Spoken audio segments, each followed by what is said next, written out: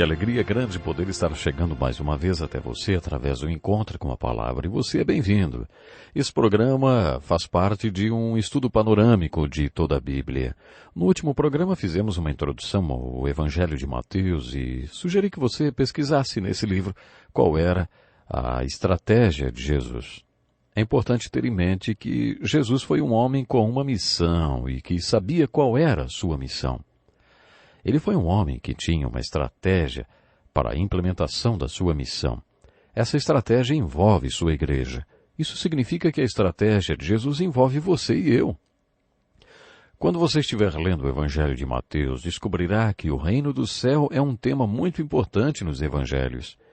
Cada escritor dos evangelhos dá uma ênfase diferente. É por isso que existem 4 evangelhos e não um só. A ênfase do Evangelho de Mateus é o reino dos céus. Por que Mateus se refere tantas vezes ao reino dos céus? Primeiro, porque Jesus Cristo é um rei, e um rei com um reino. O Evangelho de João, por exemplo, enfatiza que Jesus era o único Filho de Deus, a única solução de Deus e o único Salvador de Deus. De acordo com João, se você quiser ser salvo, deve acreditar que Jesus é o Cristo, o Filho de Deus. João conta como obter a salvação. Essa não é a abordagem de Mateus.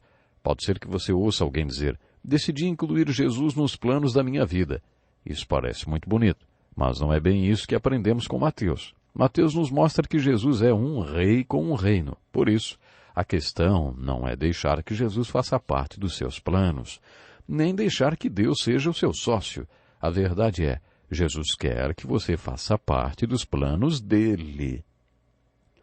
O Evangelho de Mateus apresenta a crise que envolvia tornar-se cristão. Jesus está fazendo um retiro no topo da montanha, reunido com seus discípulos que estão recebendo seus ensinamentos a fim de serem parte da solução para todos os problemas da multidão. A multidão está no sopé da montanha e é parte do problema. Mateus apresenta a crise de quem se torna um cristão da seguinte forma. Você é parte do problema ou parte da solução, hein? De acordo com Mateus, tornar-se cristão não significa apenas conseguir solução para os seus problemas, mas também ser parte da solução de Jesus para todos os problemas encontrados na multidão que está na montanha. A expressão reino dos céus nos leva de volta ao Velho Testamento. No Velho Testamento, Deus quis ser o rei do povo judeu. Aqueles que estudaram o Velho Testamento comigo devem estar lembrados de abordarmos o assunto reino de Deus. Quando Samuel era profeta e juiz do povo de Deus, o povo foi até ele e disse, não queremos mais as coisas desse jeito. Deus queria ser o rei deles e queria que eles fossem o seu reino. Isso significa que Deus planejou um reino com uma localização geográfica e um povo específico, o povo judeu. Essa foi a vontade orientadora de Deus. Mas os filhos de Israel não quiseram esse reino. Eles disseram a Samuel que não queriam que Deus fosse o rei deles e que queriam ter reis como todas as outras nações. Deus não queria que eles fossem iguais aos outros. Deus queria ter com eles uma teocracia, ou seja, Deus governando o povo, mas o povo não queria uma teocracia. Existem 6 livros do Velho Testamento intitulados Literatura do Reino. Esses livros nos contam que, quando o povo rejeitou Deus como seu rei e disse, queremos que seja do nosso jeito, Deus disse a Samuel, Samuel, não leve isso para o lado pessoal, não. Eles não estão rejeitando você. Estão rejeitando a mim. Samuel, se é reis que eles querem, dê reis a eles. E foi aí que eles começaram a ter reis. Quando os livros do Velho Testamento foram organizados, 1º e 2º Samuel foram nomeados por alguns tradutores da Bíblia de 1º e 2º Reis, e depois 1º e 2º Reis foram chamados de 3º e 4º Reis. Como 1º e 2º Crônicas cobrem o mesmo período da história, eles foram agrupados com os 4 livros de Reis, e esse total de 6 livros históricos eram denominados de a literatura do reino. As crônicas repetem todo um período da história porque nesse período aconteceu um evento muito importante. A vontade do povo tinha sido feita e eles receberam seus reis que causaram todo tipo de problemas. Esses reis os levaram a dividir o reino em 2. Esses 2 reinos foram conquistados e feitos cativos. Os assírios levaram cativas as 10 tribos de Israel, chamadas de Reino do Norte, e nunca mais se ouviu falar nelas. Os babilônios conquistaram e levaram cativas as 2 tribos de Israel, conhecidas como Reino do Sul. O povo do Reino do Sul voltou do cativeiro babilônico no final do Velho Testamento. Depois disso, há um período de silêncio de 400 anos após o que o povo foi conquistado pelo Império Romano. Então o silêncio é quebrado. João Batista e Jesus surgem pregando as boas novas do reino de Deus, ou, conforme Mateus, o reino dos céus. As boas novas são simples. Deus quer ser o seu rei novamente. Quando você ouve Jesus pregar e ensinar sobre esse reino, ele diz que agora esse reino não terá uma localização geográfica, nem política, nem será de uma só nação. O reino está dentro de cada um e a questão agora é: você quer entregar seu coração a Deus? Você vai deixar Deus ser o seu rei? Você vai se sujeitar a ele? É isso que João Batista e Jesus querem dizer quando pregam sobre o reino de Deus. Dessa vez o reino de Deus não será essa ou aquela nação. O reino de Deus é esse homem ou aquela mulher, esse jovem ou qualquer um que queira viver sujeito a Deus e reconhecer Deus como seu rei. Qualquer um que tenha visto o reino de Deus e entrado nele, essa é a verdade. Jesus disse a Nicodemos que se alguém não nascer de novo, não pode ver o reino de Deus. E se não nascer de novo, também não entrará nesse reino. Quando Jesus, no capítulo 13, João disse isso a Nicodemos, ele não estava se referindo ao céu depois da morte. O reino de Deus é um conceito bíblico, e esse conceito começa no Velho Testamento.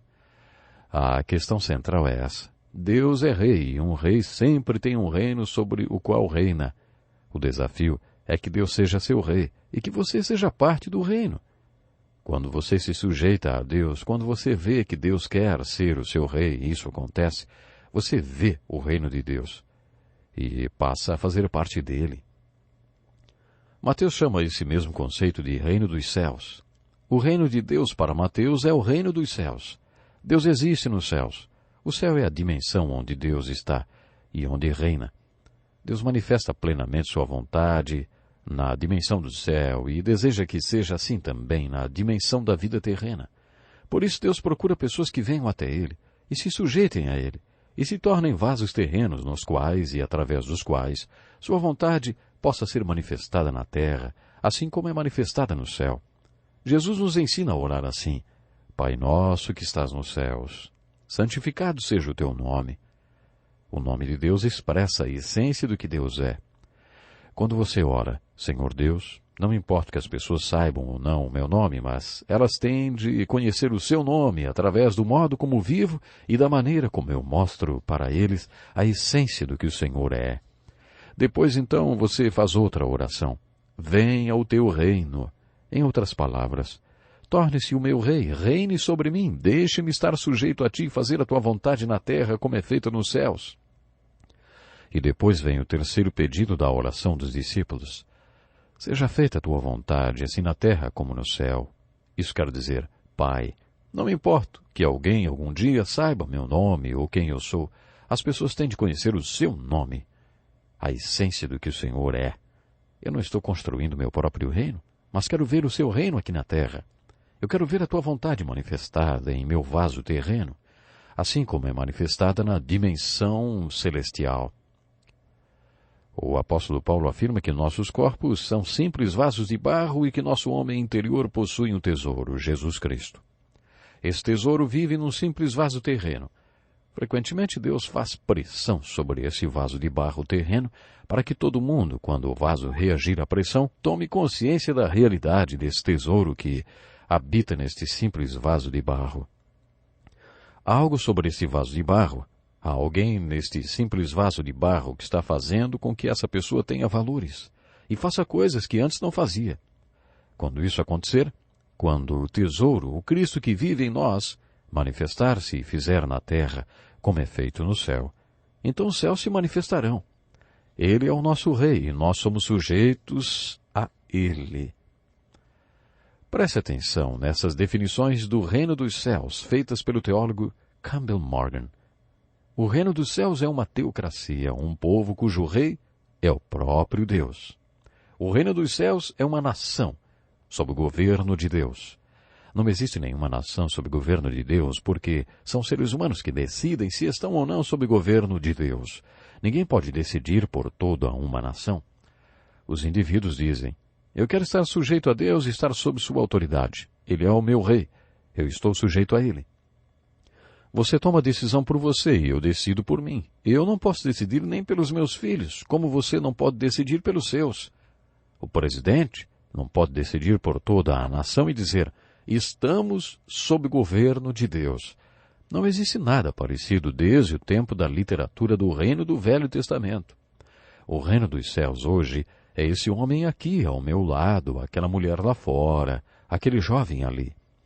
Esses cidadãos dos céus, esse povo em quem e através de quem a vontade de Deus vai ser feita, como é feita nos céus. Eles são uma nação espiritual governada por Deus.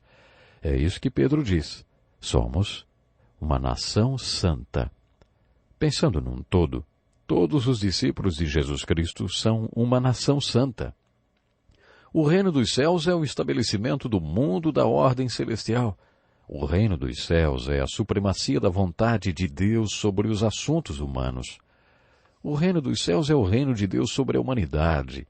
O reino dos céus é testemunha de Deus para a humanidade. E por último, o reino dos céus é o rei vivendo dentro de homens e mulheres individualmente.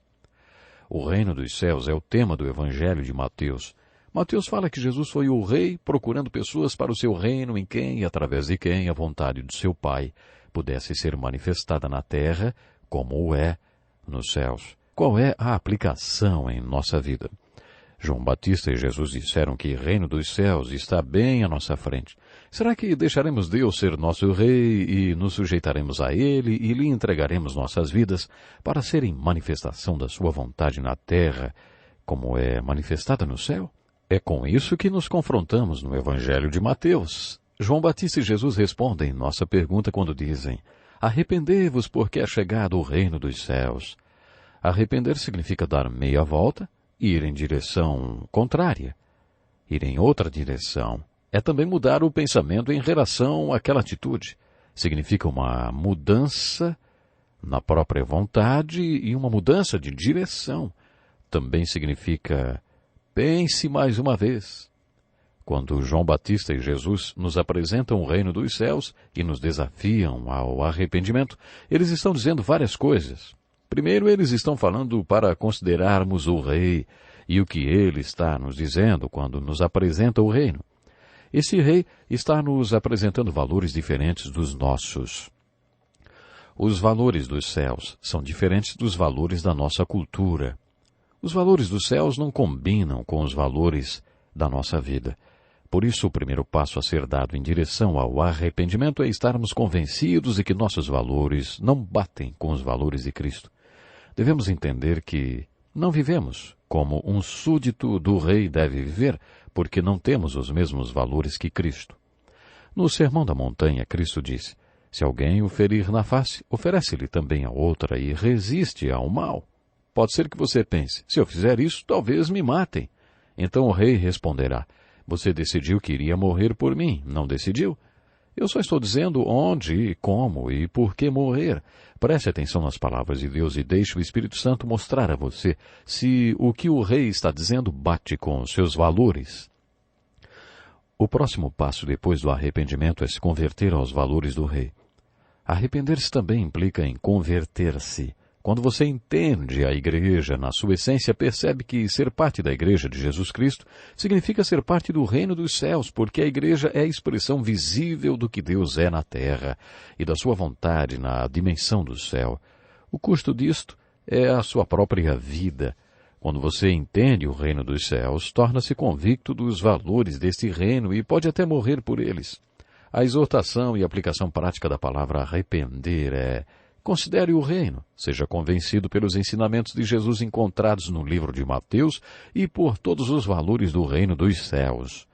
Converta-se aos valores e ensinamentos de Jesus Cristo.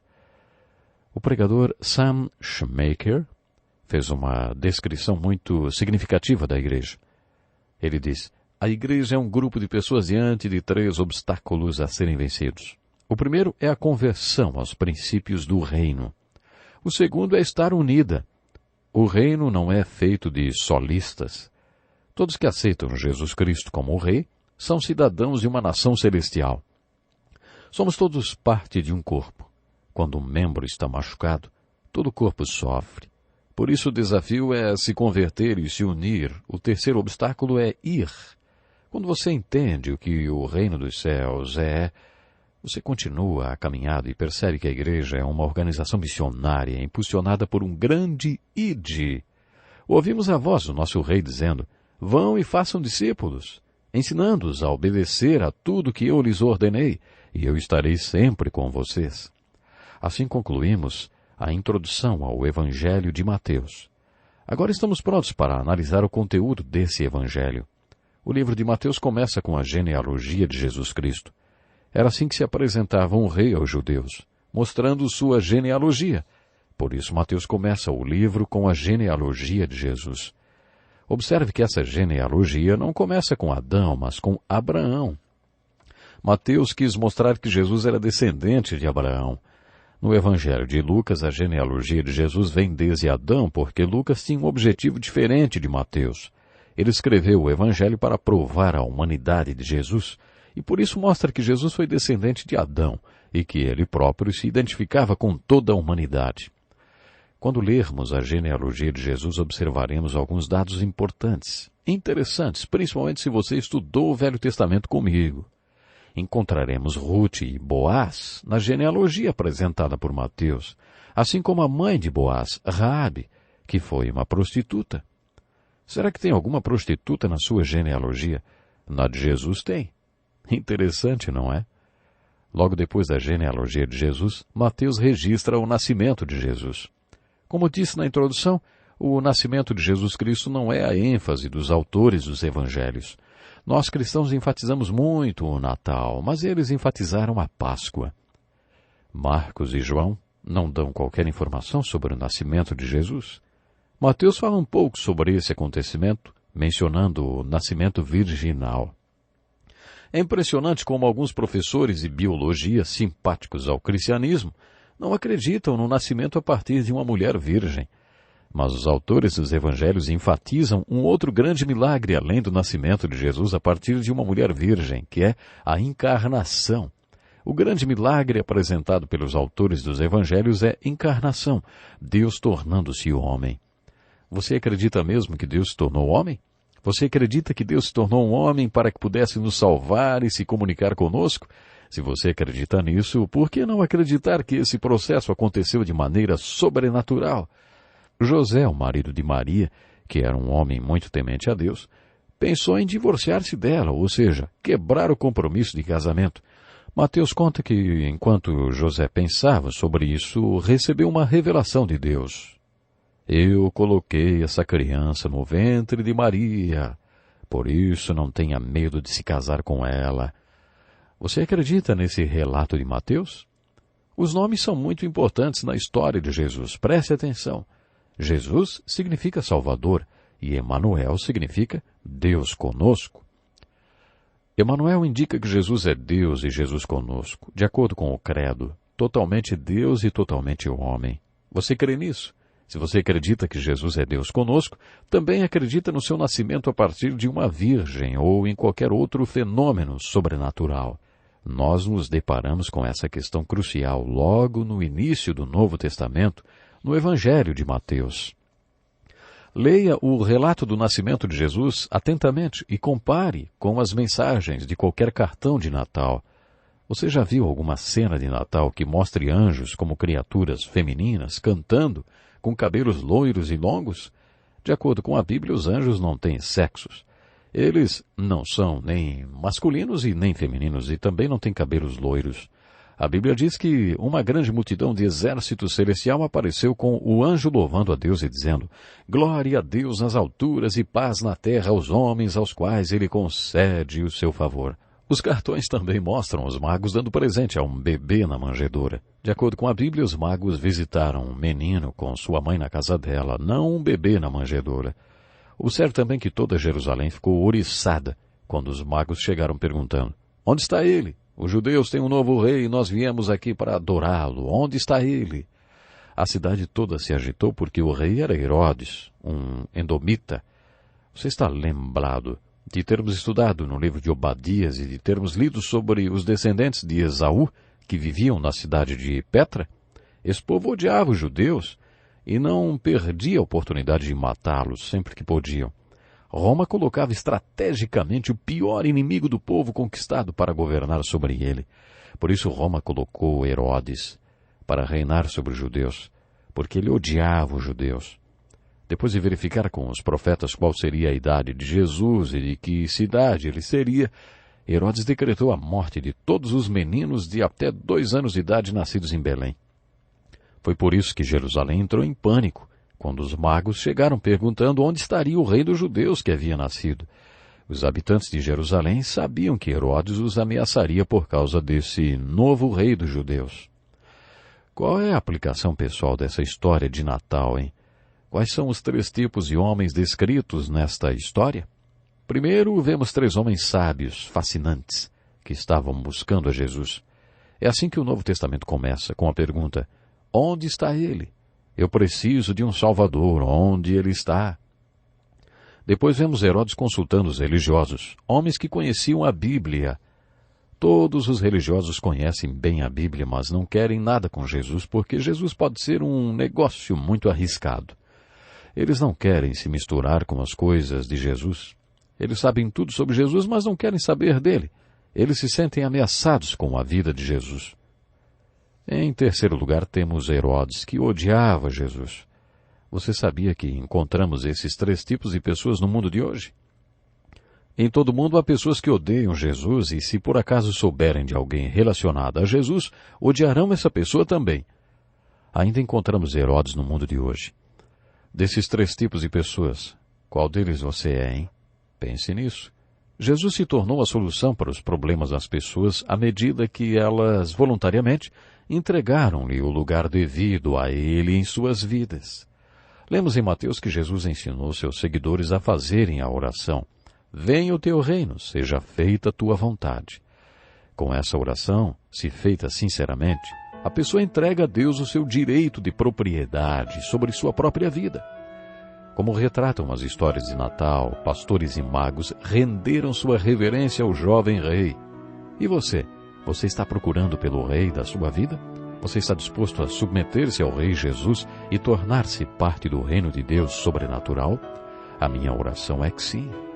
Eu quero lhe convidar para continuar acompanhando o nosso programa. Não perca, hein, o nosso próximo encontro com a palavra.